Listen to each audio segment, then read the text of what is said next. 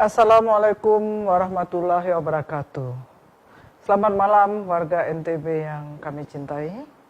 Jumpa lagi kita pada hari ini, Rabu tanggal 27 Mei 2020 dalam update COVID-19 Nusa Tenggara Barat. Pada hari ini, dari laboratorium PCR dan tes cepat molekuler Rumah Sakit Umum Daerah Provinsi Nusa Tenggara Barat telah diperiksa sebanyak 186 sampel. Dari 186 sampel ditemukan bahwa 156 sampel negatif dan 5 sampel positif ulangan atau evaluasi dari pasien yang sedang dirawat. Pada hari ini juga terkonfirmasi 25 pasien positif baru yang berasal dari Kota Mataram 15 orang, Lombok Barat 6 orang, Lombok Tengah 2 orang, Lombok Timur 1 orang, dan Kota Bima 1 orang. Dengan bertambahnya 25 kasus konfirmasi baru, total pasien COVID-19 di Nusa Tenggara Barat adalah sejumlah 562 orang. Pada hari ini juga telah diumumkan kesembuhan 1 orang bayi dari Lombok Barat.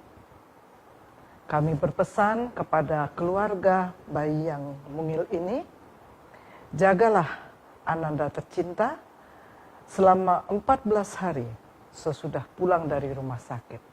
Tetap isolasi di rumah sehingga tidak ada kemungkinan bayi ini terpapar virus corona kembali yang mengakibatkan terjadinya reinfeksi seperti yang dialami oleh salah seorang bayi yang lain yang berasal dari Kota Mataram.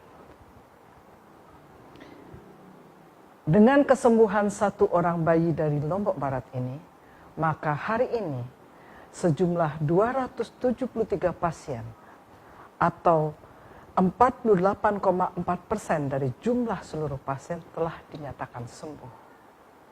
Sementara yang masih dirawat sampai saat ini adalah 279 orang.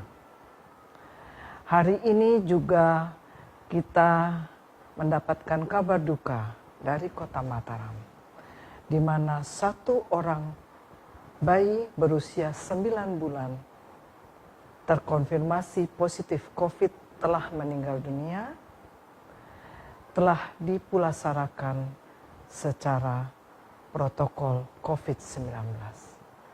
Dengan penambahan 1 orang bayi yang meninggal tadi, total jumlah pasien yang meninggal di Provinsi Nusa Tenggara Barat adalah 10 orang atau 1,8% dari total pasien COVID-19 yang ada di Nusa Tenggara Barat.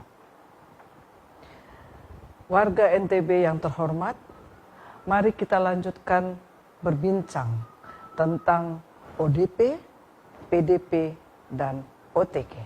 Untuk ODP atau orang dalam pemantauan pada hari ini bertambah 12 orang. Sehingga total menjadi 5.513 orang. Dan yang masih dalam pemantauan adalah 187 orang atau 3,4% dari total seluruh ODP. Sementara PDP atau pasien dalam pengawasan hari ini bertambah 45 orang menjadi 1.127 orang. Dan yang masih dalam pengawasan adalah 476 orang atau 42,4% dari seluruh pasien PDP. Pelaku perjalanan tanpa gejala hari ini tercatat 274 orang.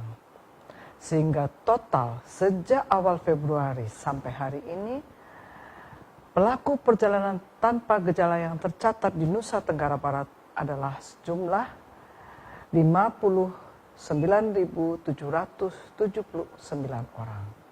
Dan saat ini yang masih berada dalam karantina mandiri adalah sejumlah 3.993 orang atau 6,6% dari seluruh pelaku perjalanan. Jumlah orang tanpa gejala yang berkontak dengan pasien positif tercatat 107 orang pada hari ini. Sehingga total OTG menjadi 5.534 orang dan 1.878 orang atau 33% masih dalam pemantauan. Kita melihat bahwa rata-rata satu pasien mempunyai kontak atau orang tanpa gejala lebih kurang 100 orang. Artinya kita wajib berwaspada apabila kita mengetahui ada satu orang pasien positif di sekitar kita, maka minimal yang berkontak harus kita tracing atau kita cari sebanyak 100 orang tersebut. Sehingga tidak ada kemungkinan orang-orang yang berkontak dengan kasus positif tidak diperiksa atau dilacak. Warga NTB tercinta, malam ini kami akan menyampaikan berita yang cukup menyedihkan.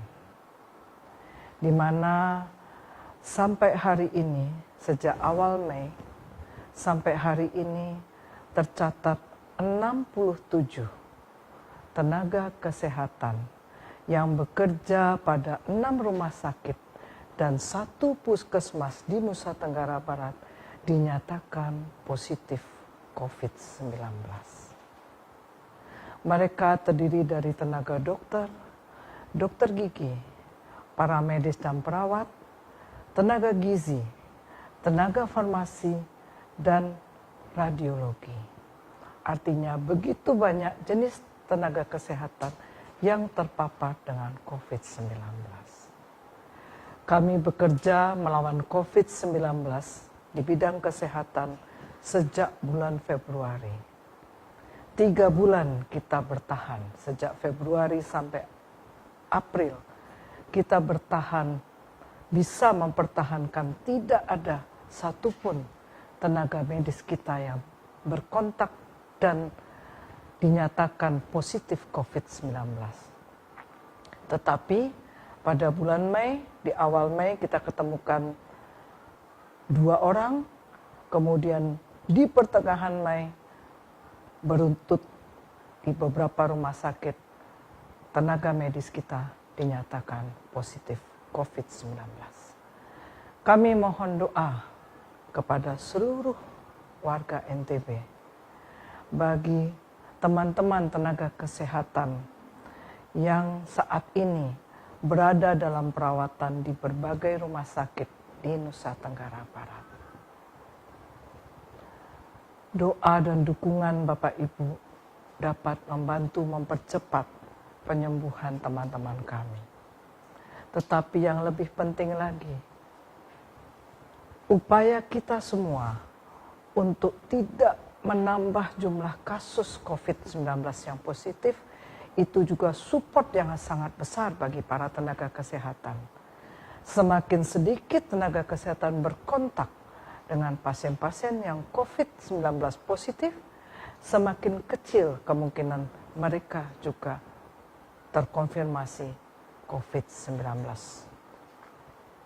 Pesan moral dari kasus pada tenaga kesehatan ini, kita saksikan tenaga kesehatan yang bekerja secara terus-menerus dan mereka memakai alat pelindung diri yang cukup ketat.